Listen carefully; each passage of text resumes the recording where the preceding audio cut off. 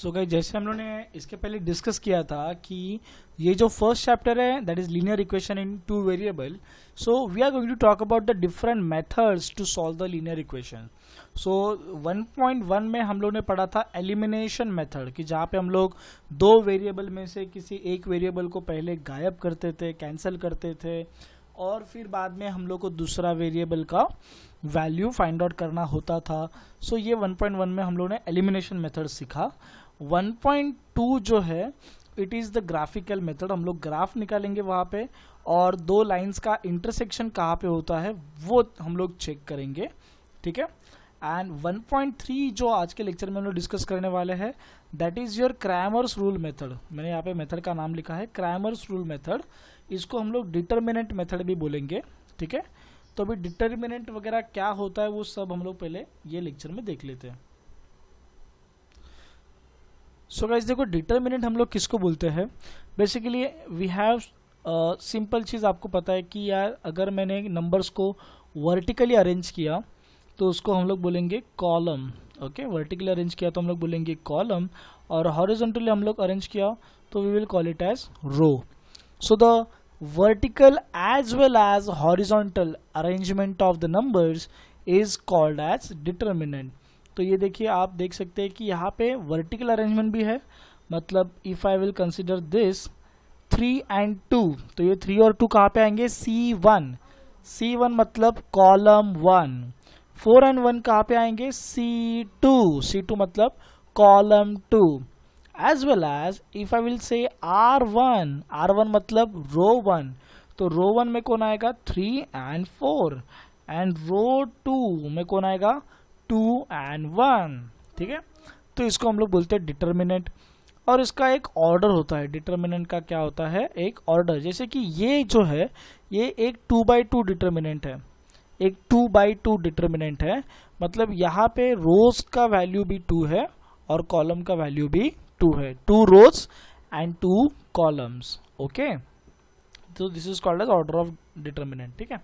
अब इस डिटर्मिनेंट को सॉल्व कैसे करेंगे, तो हम लोग क्विकली 1.3 में जो वेरी फर्स्ट क्वेश्चन है एक्टिविटी बेस, उसको ही सॉल्व कर लेते हैं to understand this simple method how to solve the determinant. 3, 4 and 2, 5. Okay, इसको सॉल्व करना बहुत सिंपल है गाइस. लेकिन एक जो चीज़ मैं आपको बताऊंगा जिसमें बच्चे लोग बहुत बार गलती करते हैं, कि आपको डायरेक्शन सही से याद रखना है. ओके, पहला किसको लेना है वो याद रखना है. तो देखिए ये जो है, ठीक है, आपको right bottom to left top. ठीक है. तो ये ऐसी वाली डांस स्टेप करनी है, ऊपर हाथ जाते हुए. ठीक है. तो ये आपका फर्स्ट आएगा. ठीक है. और उसके बाद में ये आपका सेकंड आएगा. ठीक है. तो कौन फर्स्ट आएगा कौन सेकंड आएगा वो आप ध्यान से याद रखिएगा. ठीक है. तो ये फर्स्ट है. ठीक है. 5 3 तो मैं लिख देता हूँ यहाँ पे 5 3. आप ऑर्डर चेंज करेंगे तो भी चलेगा. बुक वालों ने क्या दिया, 3 5 दिया है, यानी कि सिंपल बुक वाले ऐसे नीचे उतर रहे हैं, तो वैसे करेंगे तो भी चलेगा. एनीवेज कोई प्रॉब्लम आने वाला नहीं है. ठीक है. आप क्या चाहते हो, बुक से फॉलो करूं, बुक से फॉलो करूं, चलो बुक से फॉलो कर लेते, कोई बात नहीं. देखो, अगर अपने को बुक से फॉलो करना है ना तो आपको ऑर्डर चेंज करना पड़ेगा. तो इसको देना पड़ेगा आपको 1. ठीक है. और अभी इसको देना पड़ेगा आपको 2. ठीक है. चलो अप्लाई करते हैं हम लोग. तो यहाँ पे क्या आएगा, 3 into 5 फर्स्ट, ये माइनस, ये माइनस फॉर्मूला वाला माइनस है. ठीक है. फिर ये सेकंड यहाँ से यहाँ पे 2 into 4. आंसर क्या आएगा, 3 5 15, 2 4 8, 15 माइनस 8, आंसर क्या आएगा 7. ठीक है. तो इस तरीके से सिंपल अपने को सॉल्व करना है.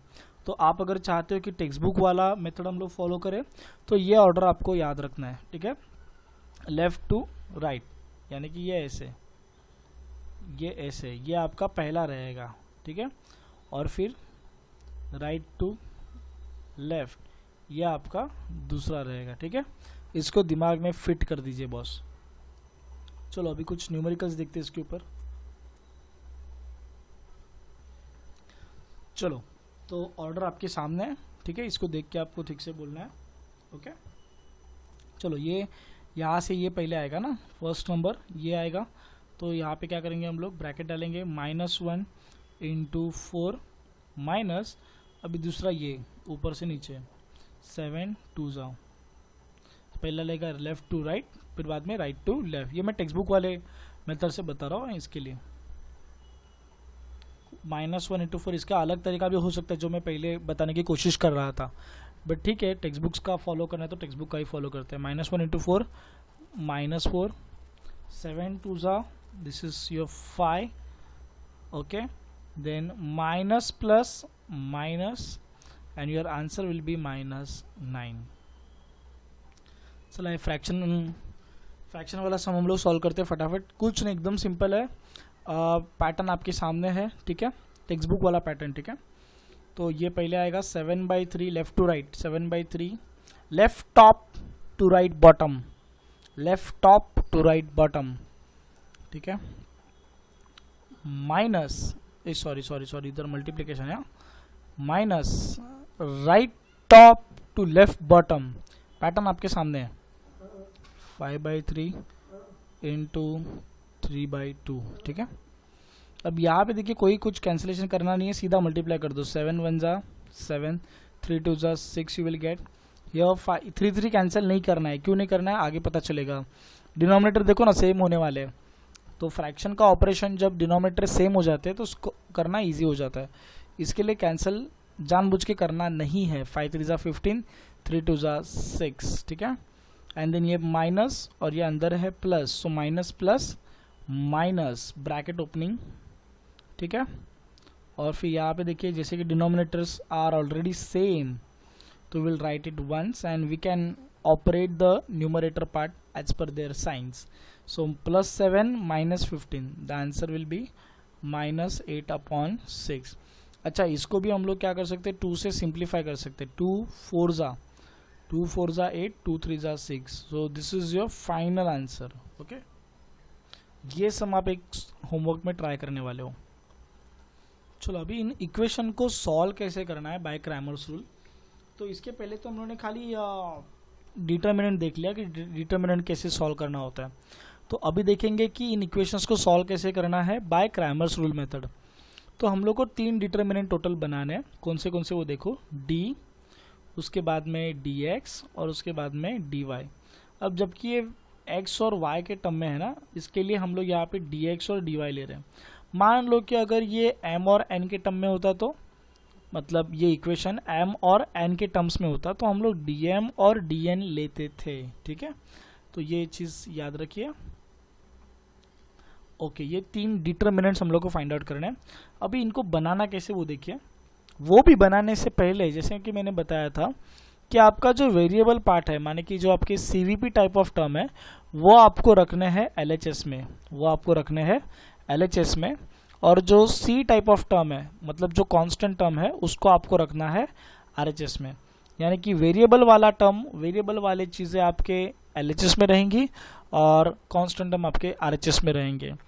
और एक चीज़ की खबरदारी आपको रखनी है कि यार सीक्वेंस प्रॉपरली रखना है, यानी कि अगर पहले x है बाद में y है फर्स्ट इक्वेशन में, तो दूसरे इक्वेशन में भी आपका पहले x और बाद में y रहेगा, ठीक है। ये इक्वेशन अगर मान लो ऐसा है कि एक फॉर एग्जांपल मैं बता रहा हूँ, ये ऐसा है, ठीक है ना, तो ये कुछ ऐसा दिया हुआ है आपको, ओके, तो इसको आपको पहले रिवर्स करना पड़ेगा, इसको पहले आपको प्रॉपर सीक्वेंस में बिठाना पड़ेगा, ठीक है, तभी आप आगे फॉरवर्ड करेंगे, उसके सिवा फॉरवर्ड नहीं करेंगे, ठीक है।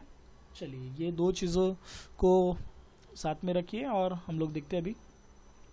सो ये जो डी, अभी देखो यहाँ पे आपको पूरा चेकअप कर लो, आपका variable part CVP type of terms are on LHS, the constant terms are on RHS, also the variables are in proper sequence, first x then y, first x then y, all right। so let's form the first determinant, that is d। और ये d कैसे बनेगा, बड़ा simple सा बात है, देखिए coefficient of x, को-x मतलब कोएफिशिएंट ऑफ x, यहाँ पे लिखता हूँ मैं को-y मतलब कोएफिशिएंट ऑफ y, कोएफिशिएंट उठाने बस और एक के नीचे एक लिखना है, तो यहाँ पे कोएफिशिएंट ऑफ x है 3, यहाँ पे कोएफिशिएंट ऑफ x है 4, तो ये आ गया 3 और ये 4। कोएफिशिएंट ऑफ y है यहाँ पे -4 और यहाँ पे है +3, ठीक है। इस तरह से आपका d बन चुका है। तो अभी हम लोग d को क्या करेंगे, सॉल्व करेंगे, और सबको सॉल्व करने का तरीका पता है, आप वीडियो को रिवाइंड कर सकते हो। तो टेक्स्ट बुक के मेथड से, टेक्स्ट बुक वाले मेथड से आपको ये ऐसे करना है, ठीक है ना, यानी कि ये पहले आएगा और बाद में ये आएगा, ठीक है।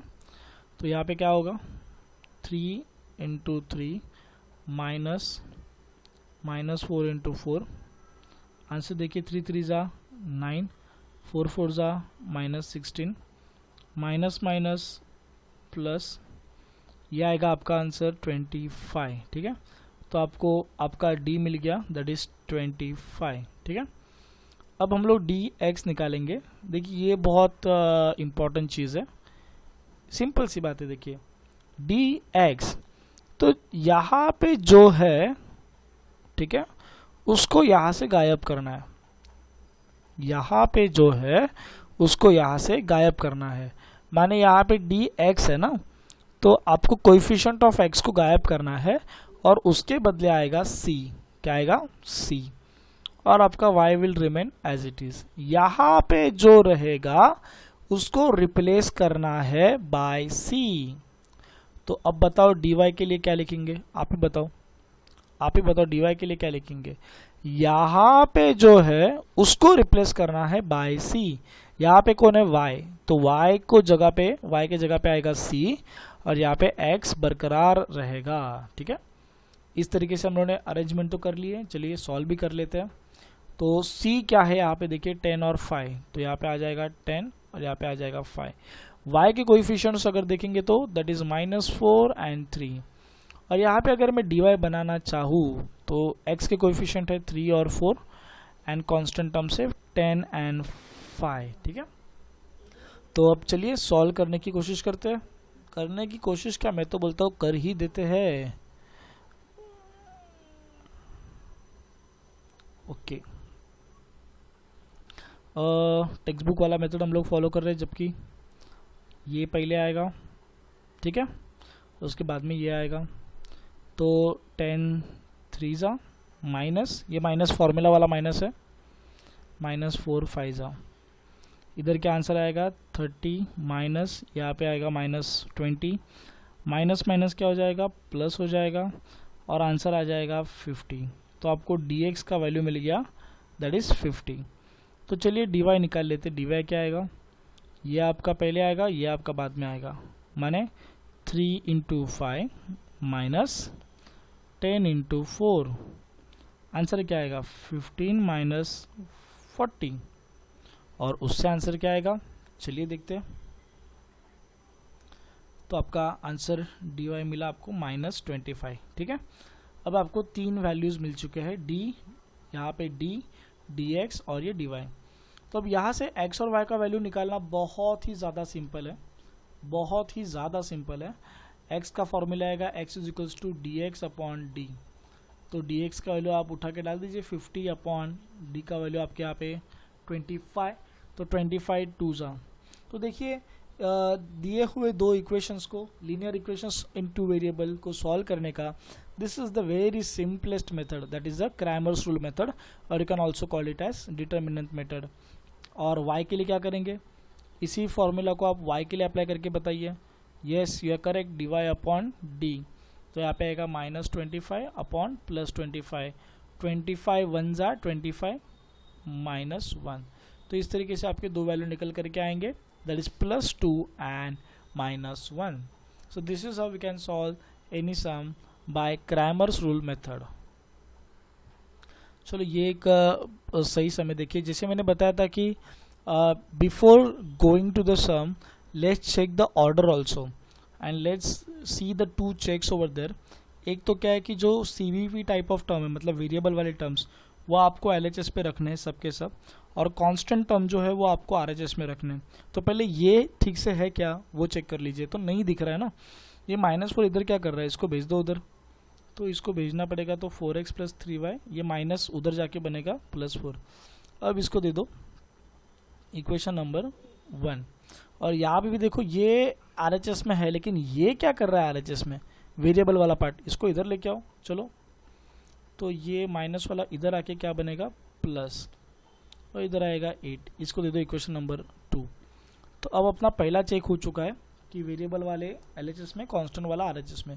दूसरा चेक कर लो कि x और y सीक्वेंस में है क्या, पहले x बाद में y, पहले x बाद में y। चलो ये भी सीक्वेंस में है, तो अभी हम लोग इस सम को सॉल्व आराम से कर सकते हैं।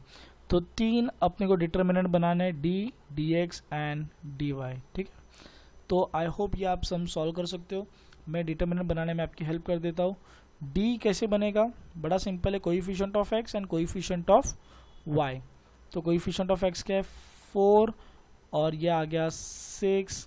कोएफिशिएंट ऑफ y क्या है, ये है 3, और ये आ गया आपका 5। ठीक है, ये हो गया आपका d। और फिर आप देखेंगे dx।